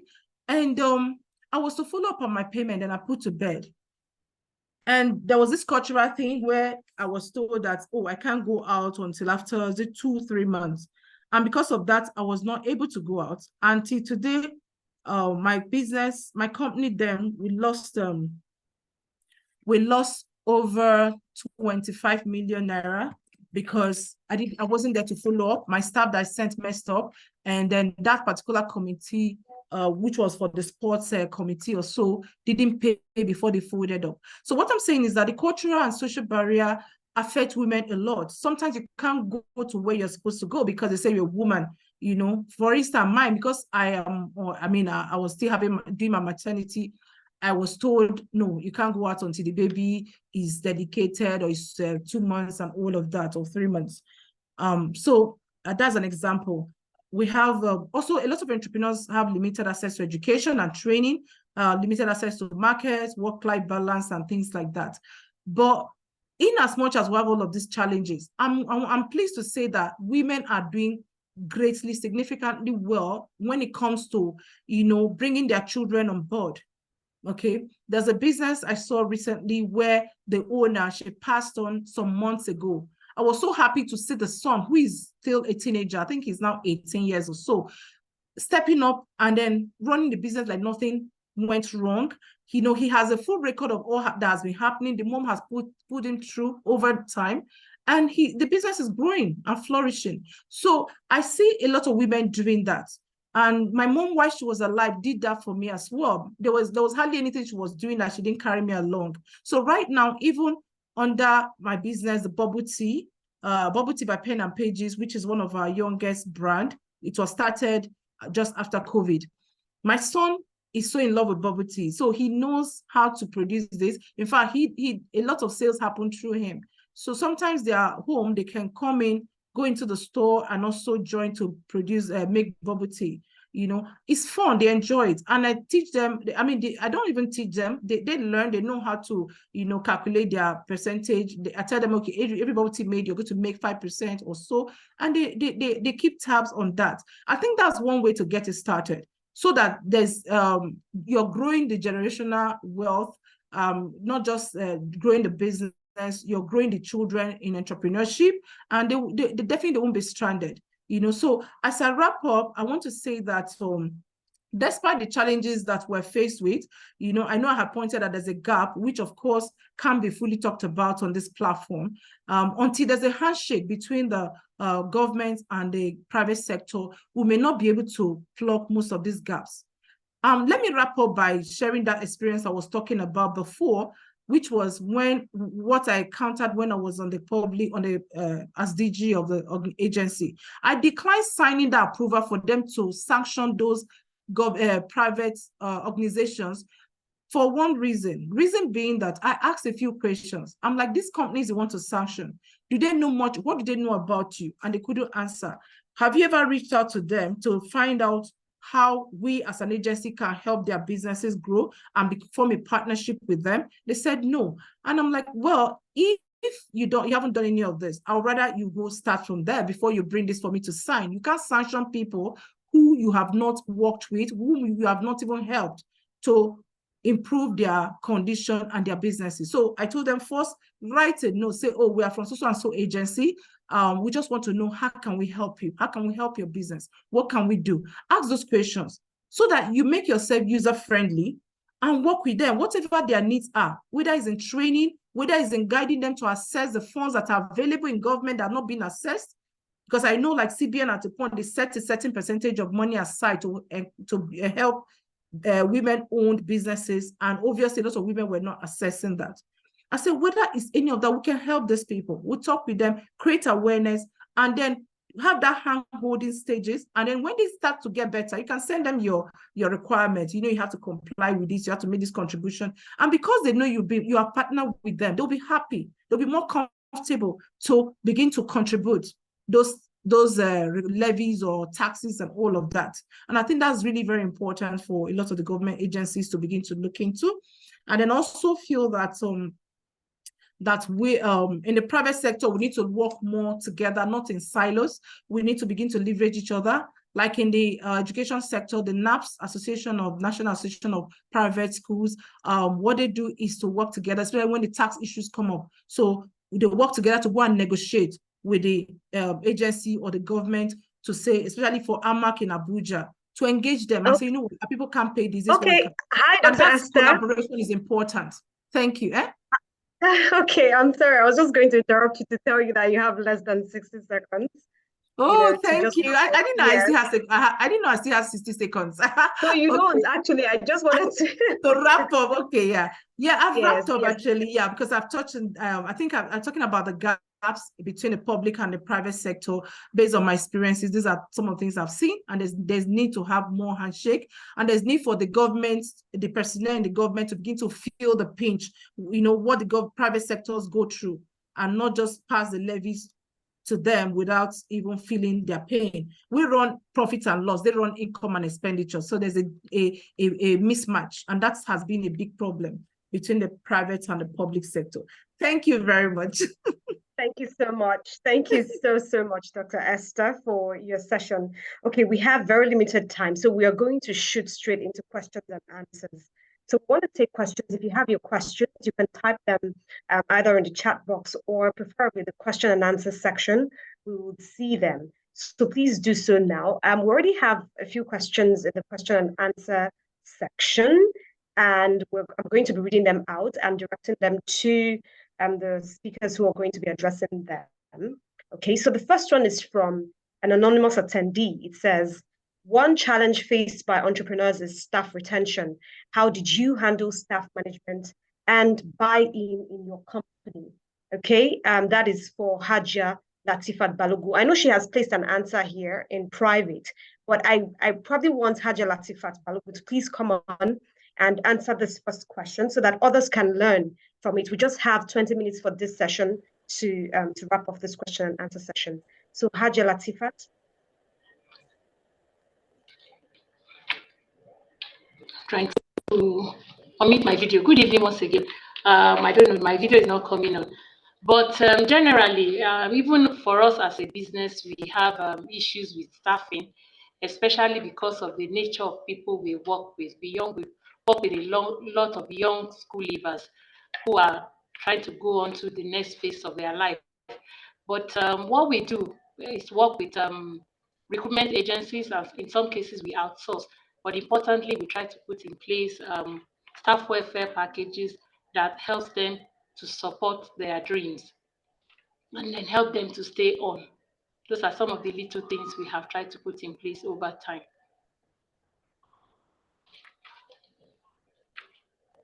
Hello, can you hear me? Yes. Okay, thank you very much, Hadia Latifat. I hope we got the answer to that. She says putting in staff incentive in place to assist in retaining your staff. So I'll move on to the next question quickly from Rukayat Raji. She says, my question is to the second speaker. What is the name of the hub in Surulere? I guess she wants to get some shawarma. That's to Mrs. Lola. And also, as a foodstuff procurement and market runs service, can I get mentorship? Mrs. Lola, can you come on board, please, to answer Rukoya's question? Okay, the name of the hub is Topaz Hub. Topaz is an acronym for the On Point Advantage series. So the hope or the vision is to be a series of hubs across Africa and across the globe, whether on site or online. So it's Topaz, T-O-P-A-S, then hub. If you Google it, you would get all the details, but we're in Alaka Estate. We are seated right in the center of Alaka Estate as the biggest hub in Surulere. And then with respect to mentorship, like I mentioned earlier, Green and Grub is a micro business at this time. It shrunk a little post-COVID, but we still do great shawarma. So, but you're asking about mentorship, right? So I think I'm guessing what you mean is mentorship directly with me, because if you're talking about the business, it's not like, well, like, you know, a multinational yet. So if it's direct mentorship with me, you can just, I've also put my email address there. You can put, send your full details in what area you're needing mentorship and who you are, what you do, the details about yourself. And then, you know, we can look at that and schedule you in. We recently just completed a set of mentorship sessions with, a 3-month mentorship sessions with 2 company new joiners in one of these in one of the Nigerian companies. So yes, just send me an email. Rukoya, I hope you got that. You can reach out to, I think Mrs. Lola also privately answered and dropped her email too. So you can reach out to her for that. Okay, so we're going quickly. Mrs. Lola, please don't go. You have a few questions here directed to you. So I'm going to be reading one after the other. This is from Abasi, Ene Basi. She says, what advice would you give someone who is trying to balance a 9-to-5 and a side hustle? I think the first answer I will say, I'll give is number 1, have a to-do list that has a timeline. Whoever does not plan will not succeed. If you fail to plan, you plan to fail. Have a to-do list, a daily to-do list, a weekly to-do list, so that you're juggling both and you are fair to your employer while you're also being fair to yourself as an entrepreneur. You must have a to-do list. Then you have to be consistent. You can't say, well, I'm tired today, I'm not. You have to be consistent. You totally have to be consistent. So those are the 2 things I would say you should focus on at this time. And then as you continue to evolve and the business continues to grow, you will now make a decision whether to go face it squarely or to continue that way. And you can also get an extra hand to help you, you know, in the business. Okay, all right. Another question for you again, Mrs. Lola. This is from Mariam Sani Aware. How do we leverage people without having funds as a startup? It's hard getting help, especially when there's no much fund. Any advice on how to go about it? Leveraging that means, people. I guess how she wants to. She's trying to say how to onboard people, right, without having so much funds. Okay, I think even other speakers have also spoken about how they got help one way or the other. The truth is, if you add value, for instance, sometimes I tell some of the mentors I've had to train that if you want a value addition does not mean that you keep throwing an email into someone's you know, inbox every other day. It means actually identifying what is their pain points The truth is, the answer I can give you, easy, breezy answer, is that if you have value to give, you will always catch the attention of the right people. Now, funding, naturally, we know right now, is not particularly easy to come by. But what are you two bringing to the table? If you cannot, get funding immediately, what are you offering that will open a way for you, or a door for you as well, to even be taken or considered ahead of others? So if you are not getting, then what are you planning to give? I think that's something you should go think about as well. Try and look for what to do that will add value to whoever it is that you're trying to also get funding from. But also, please start from where you are, baby steps. Okay, all right. We have about 12 minutes to wrap off the question and answer sections, and we have more questions here. An anonymous attendee says, either for Haja or for Mrs. Lola, but both of you are in the food business, so you have the right to answer this question. How do you protect your technical know-how so that staff do not start to compete with you directly or indirectly? How do you protect your technical know-how so that staff do not start to compete with you directly or indirectly? Mrs. Lola, should I start with you and then we go to Hajia after you're done? Okay, that's fine.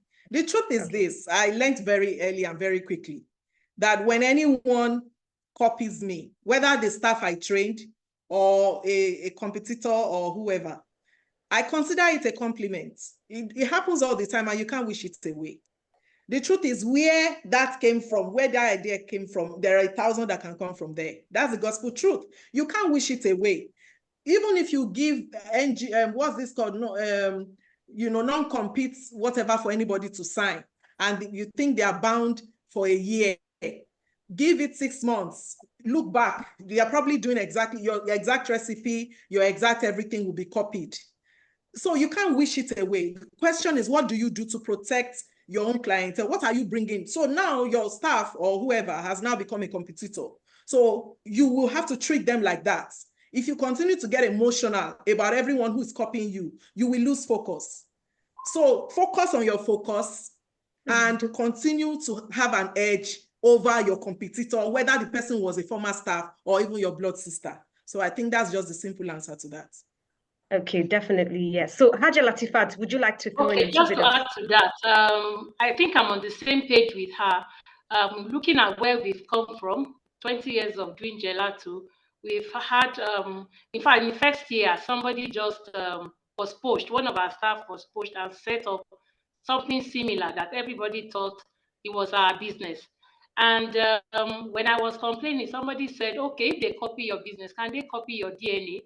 And that has formed the philosophy with which I run business since then. We even do trainings with the mindset that a lot of the people that we train becomes our customer someday. They buy products from us. We set up for different people and they say, why are you teaching them what you do? If you don't teach them, they will learn it somewhere else and it becomes a bad deal for you.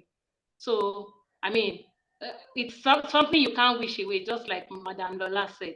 We have to continue to keep our game up so that we can keep doing what we do well. All right, thank you so much, Haja Latifat. Okay, we're going to take the very last question right now, unfortunately so. Thank you for the amazing discussions. This is from Firo El Hassan.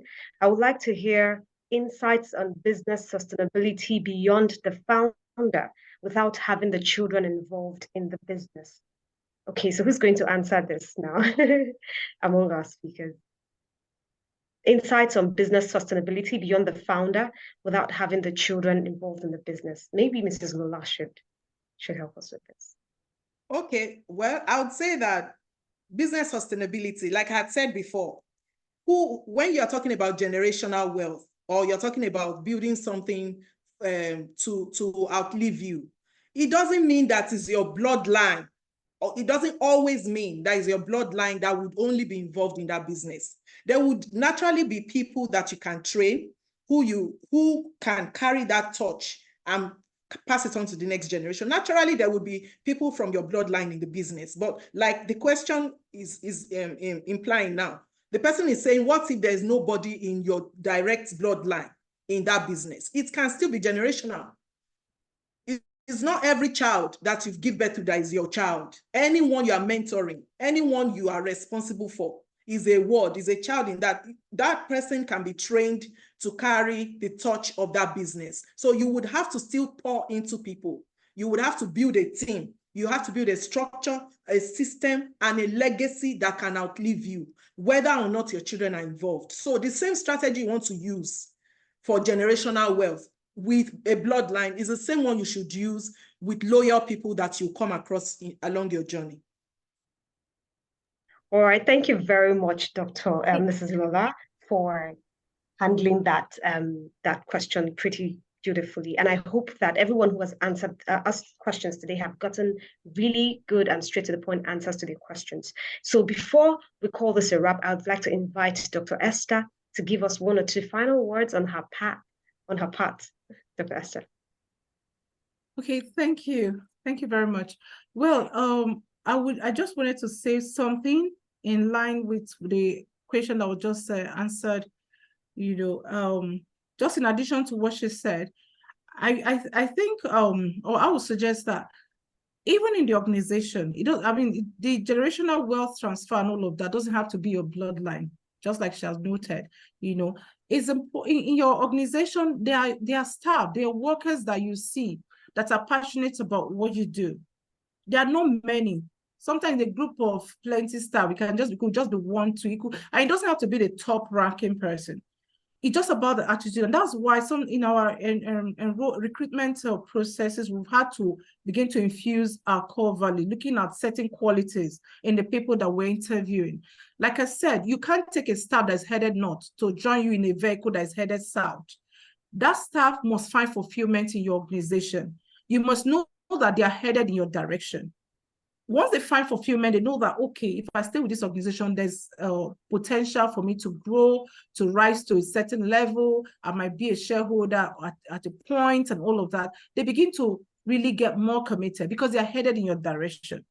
Not like the one who just wants something to fill the gap. Because there are lots of people who take it, like for instance, my sector, they take teaching profession because they don't have anything better to do, and they just stay there for another 2-3 years. Once they get the offer from that top international organization, they are leaving you.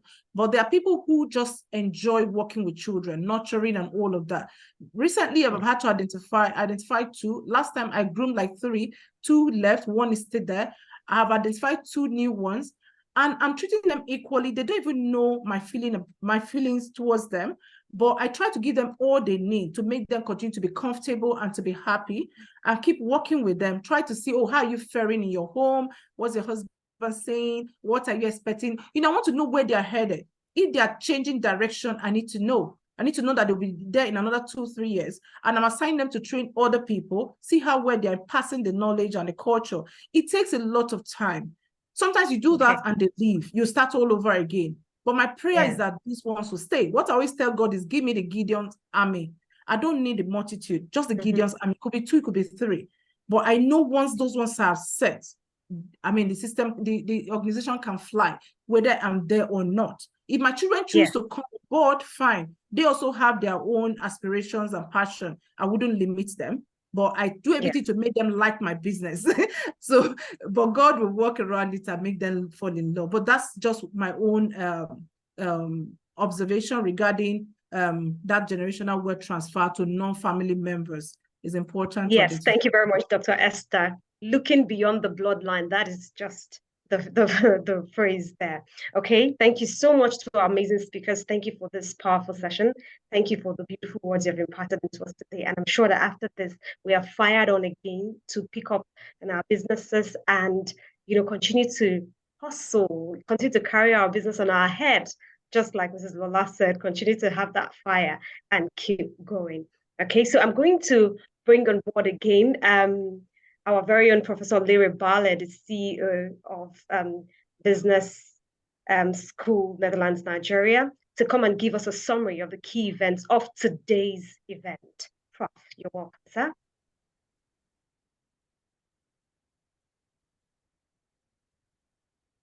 Thank you so much, Adara, for a very beautiful management of this program today. We are eternally grateful to you. the role of women's entrepreneurship in creating generational wealth. Today, I've learned so much, far more than I thought I had learned through my mom, who was also an entrepreneur. I know how to take care of 5 of us. She became a widow at the age of 38 and survived till 93 before the witches and wizard killed her. I was very hopeful she would make it to 100, but they killed her at a very young age of 93. Today, I've learned far more than I've learned in my lifetime on women entrepreneurship. And more importantly, we said, look beyond the bloodline.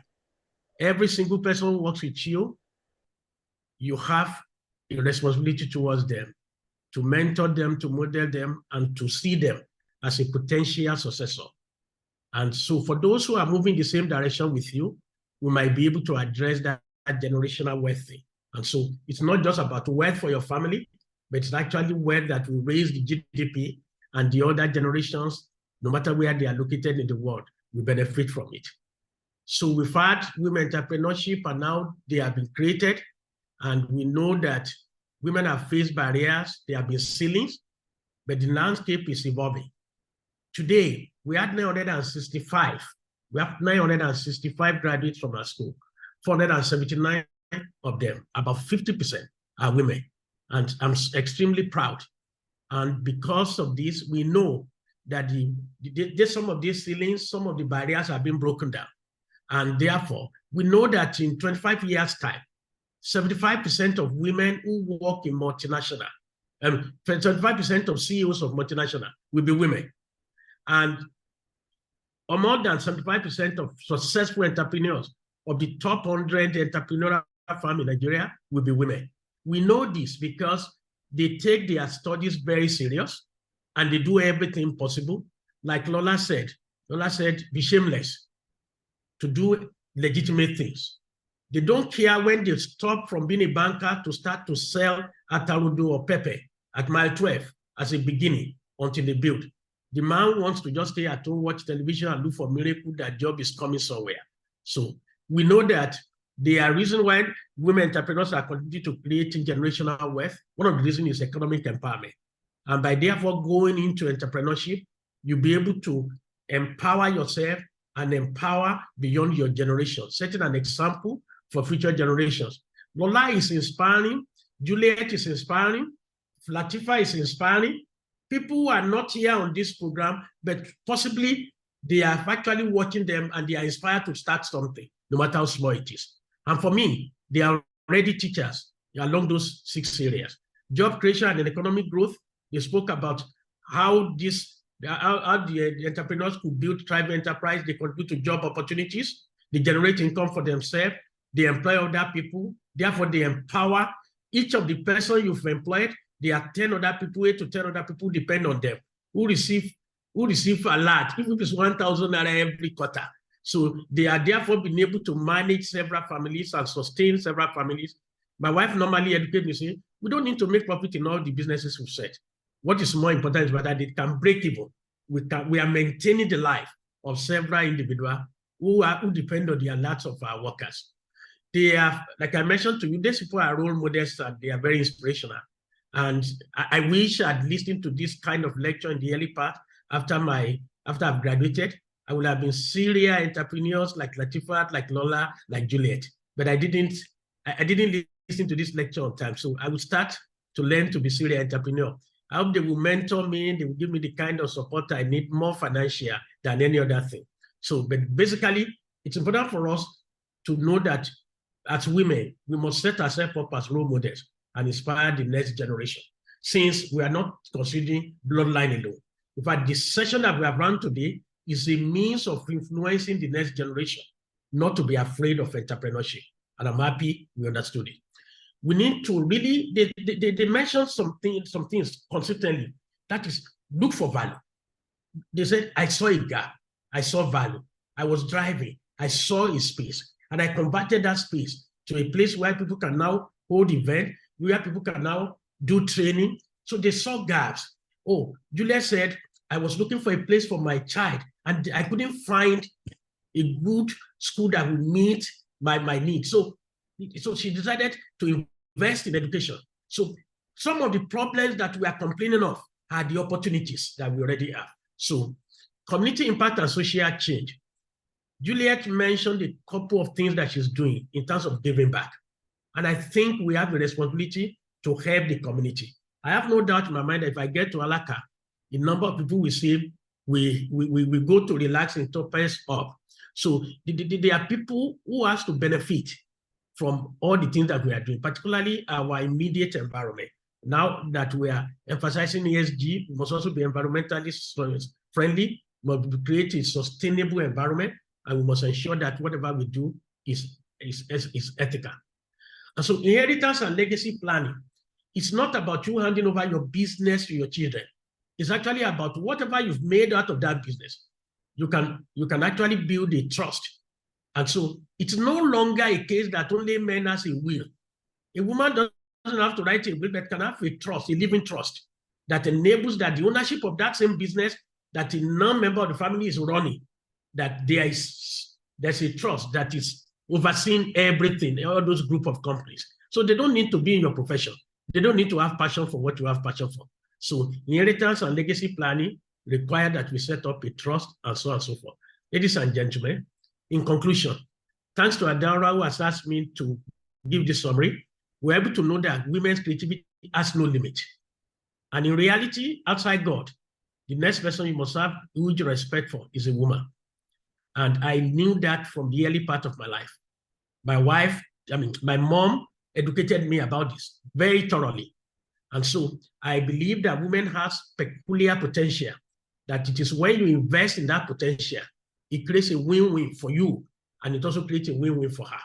And therefore, it creates a synergy that the kind of wealth that your family will build will be far more than when only one person is working. So they possess unique gifts for transforming spaces into homes. They craft fashion from a simple piece of cloth. They are able to preserve traditional craftsmanship. They ignite taste buds with culinary creations. They find innovative solutions to everyday challenges. When you see problem, a woman sees opportunity. Their creative energy enriches the world. They bring beauty. They bring functionality. They bring inspiration to every aspect of life. Therefore, by celebrating and supporting women's creativity, society can benefit from the incredible uniqueness, innovation that they bring to the world. And when you look at all the people who have spoken today, right from the woman of substance, highly energetic and sad to Adibite, whom I've known for decades and who have been my mentor for many decades, to the other mentors like the one that I picked up today, Adara, Akojuru, where you imagine our communication skill, or you look at the likes of Latifat, who has built several branches of the same company, just replicating the same thing, and has been able to face all the hurdles. One would have expected that, COVID-19 has put an end to all the things in the but it's really just expanding and growing. She spoke to me a few weeks ago and said she has opened additional 2 branches beyond the ones I knew before. Or I moved to Lola, who bears the same name like my wife, Lola, and I knew her as a student in school, but today she's a serial entrepreneur. So it's not right for us to call them CEO. We should call them group CEOs because they have multiple businesses that they are running. So I would like to also mention Juliet, who as a student, I knew as a student, she has an educational institution, but she has added so many other things, fashion and many other things to it. And she has become a great philanthropist. I believe that we have been able to see the incredible uniqueness in womanhood and the innovation that all these people have brought to the world. I have no doubt in my mind that if we continue to invest in women, the world will be better. GDP will almost double within the shortest possible time. It will not be the world that is dominated by men alone. Men has ruled the world for too long. And now that we do not have sufficient growth on GDP, it's time for us to bring in women. Thanks. This is the summary that I picked up from today's teaching. Thank you. Thank you very much, Professor Liri. Thank you so much for these amazing words. Women, know that your creativity knows no limit. All right. So we're gradually coming to the end of this session. I'd like to bring on board now the Business Development Executive of the Business School Netherlands, Nigeria, Bukola Ayeni, to give us the vote of thanks. All right, thank you very kindly, Adaura, for that wonderful session so far you've moderated. We want to say a big thank you on behalf of Business School Netherlands to WIMBIZ for this opportunity to partner on this wonderful program that we have had today. And also want to thank the WIMBIZ team, first of all, the Executive Director, Mrs. Ansatu Adegbite. We want to thank the team that worked with us from WIMBIZ, Philly, Precious, and so on. And particularly also want to thank great speakers so far, Mrs. Ajiat Latifat Balogun, Mrs. Lola Olukwewu, and our very special— Okay, Bukola is off. And so on. Okay. Bukola? Okay, she's back. Thank you. We can hear you now. All right, thank you so much. So I want to thank everyone for this opportunity, and particularly to the CEO, the DTM, Professor Lere Bale, for the support so far to make this program successful. And our biggest thanks goes to all our attendees. This wouldn't have been possible if you didn't attend. Thank you so much. My colleague Temitayo has dropped in the chat a link whereby you can quickly fill in case you are interested in, maybe want to know more about Business School Netherlands, the Women Entrepreneurship Program, and the different programs that we have in BSA. It is action learning and you'll benefit from it. Thank you very kindly. Over to you, Adaura. Okay, thank you so much, Bukola, for thanking us. Okay, so we're going to take some announcements, and to do that, we have the Programs and Membership Manager of WIMBIZ, Precious Majoko, to give us the announcements.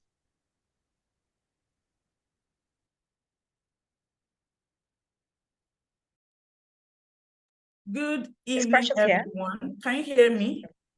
Yes, please, go ahead. Yes, we can hear you clearly. Yeah. Awesome. Good evening, everyone. I'm sure you've had a swell time today. You've learned a lot, some things to take back and just put to table. I want to thank everyone for attending today's program, and just look forward to seeing you at our next program. I will be taking a few announcements, and evaluation link will be sent to you all. Will be dropped in the chat box, so please do well to fill it. As you know, feedback is very important to us, and we take all of this feedback and to just make your future experience more better. Also, the evaluation link will also be sent to you in a follow-up email. So for those of you who are unable to fill in the chat box, we encourage you to fill once we've sent it to your email. Also, we kindly invite our dear participants who are interested in becoming WIMBIZ members. A link is also going to be dropped in the chat box for you to please fill and become a member. This is one of the benefits of being members of WIMBIZ. You get to attend sessions like this, amongst many others. Just also inform you that we have the WIMBIZ Big Sister program. We had in Lagos last week across 2 schools. This is a program that mentors senior secondary school girls to just be the best version of themselves. Our next location is going to be in Abia State this coming Friday, December 1st. And we just encourage you that you can make a difference in the life of these girls by sponsoring them with just 10,000 naira. And